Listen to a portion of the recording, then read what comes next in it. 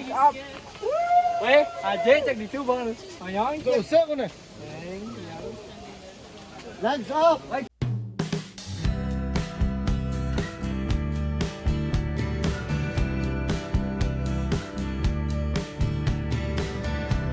Hello, xin chào cả nhà. Thì lúc mà đi cái chỗ coi mấy cái con cá to thiệt to thì gia đình của Phùng lái xe tiếp để tới một cái ruộng lúa. Thì cái chỗ đây chỗ là cho khách du lịch cho nên ruộng lúa nó hơi khác, không phải giống như ở Việt Nam của mình. Làm như Phụng nhớ giống Sapa vậy đó. Thì lái từ cái chỗ bên chỗ cái con cá qua tới đây thì cỡ 1 tiếng rưỡi nữa đi. Lâu lắm. Cái lái lâu thiệt lâu vậy. Phụng nói thiệt là nếu mà phải lái xe như vậy nữa chắc Phụng không có đi nữa đâu, xa quá. Đi ngày khác cũng được chứ đi trong ngày 3 chỗ này lái xe mệt quá. Nhưng mà lạ nha, mới vô chỗ đây thì có cái con này cũng biết nói tiếng Việt Nam là con gì nữa, nhưng mà nó nuôi mấy con này để cho nó ăn cái hạt cà phê. Xong rồi cái con này nó thì nó ỉa ra cái hạt cà phê đó, xong họ làm cà phê, họ thấy không, cái bà đó bán chào là cà phê. Thì chỗ đây đi lên đi xuống cũng hơi bất tiện cho mấy người lớn tuổi, cho nên nếu mình đi với mấy người lớn tuổi đi tour như vậy đó thì có chỗ đây là có mấy quán cà phê để mình ngồi mình uống trà, uống cà phê. Mấy cái loại cà phê với trà rất là khác lạ nha, đủ loại hết. Thì Phụng với mẹ của Phụng cũng ngồi xuống để ăn uống thử, tại vì đi bộ đi lên cái cầu thang rất là khó cho mẹ, cho nên Phụng ngồi ở quán cà phê để chơi với mẹ. Rồi chồng của Phụng Dũng với chị Hiền, rồi anh rể với 2 đứa cháu thì đi xuống đây. Có một cái dịch vụ thì một là mình ngồi uống quán cà phê, hay là mình đi xuống mình ngồi cái xích đu nha, đủ loại xích đu hết. Thì ngồi uống cà phê thì mình phải trả tiền rồi, nhưng mà lúc đi xích đu thì trả thêm tiền nữa. Giá cả cũng cỡ hình như 14 đồng đô la một người đó để lên cái xích đu đó. Thì tới đây thì có nhiều cái loại trò chơi mình chơi được, nhưng mà nói trước rồi thì cái nghĩ đi thì người lớn đi thì cũng hơi bất tiện, cho nên mình tính trước nha. Lúc tới chỗ đây thì Phụng thấy nhiều nhóm đi tour lắm, quá trời là nhóm ở Việt Nam qua, đi đứng đây đứng hành nghe tiếng Việt Nam đầy hết, cho nên cũng vui. Nhưng mà Phụng thấy đi tour again mệt lắm, tại vì phải đi theo một nhóm, rồi người này mắc người kia mắc cũng mệt lắm. Thì cả nhà coi nè, nhìn xuống rất là đẹp nha, mà thấy rồi phải đi bộ xuống cũng hơi bất tiện.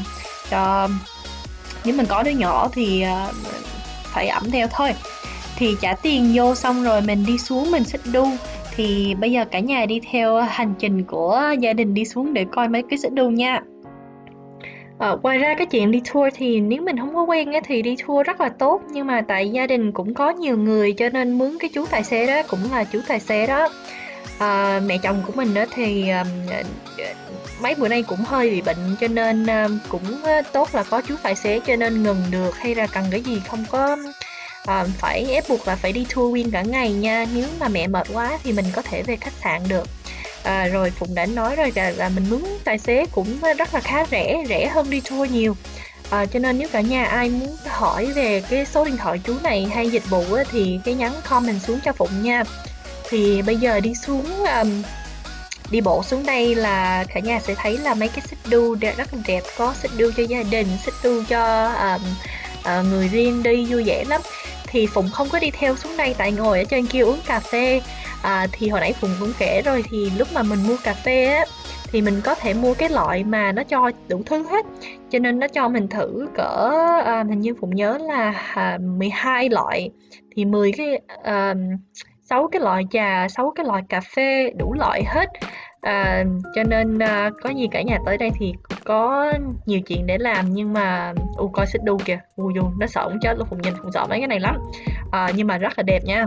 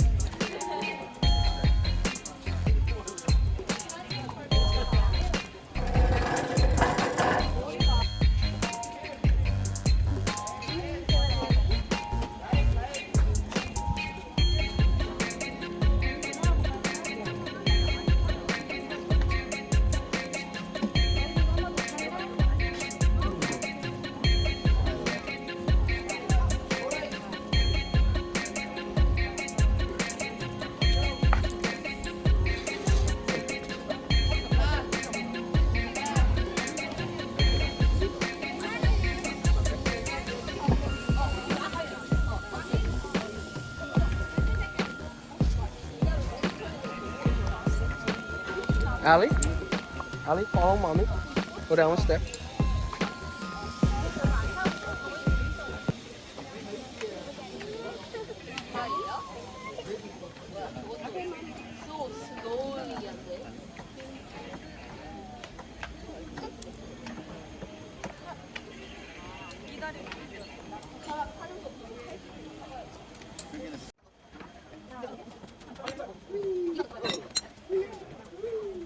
Whee! Is that fun?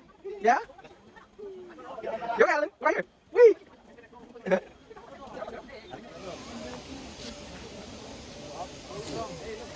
America.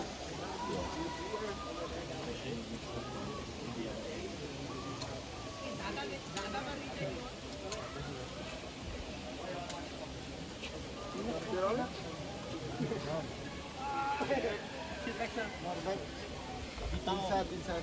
Like this? Okay. Okay. Like all the way.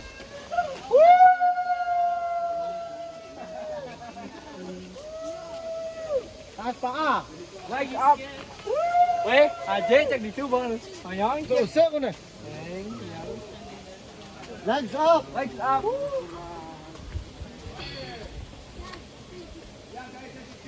Careful.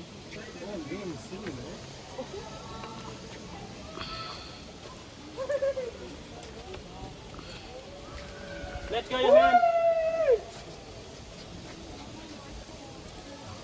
Hands up, hands up.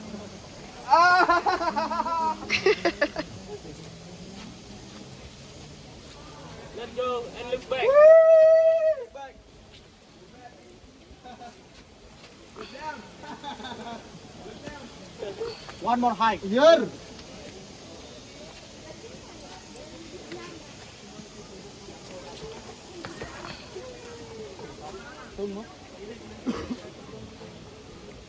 Okay, 3 more.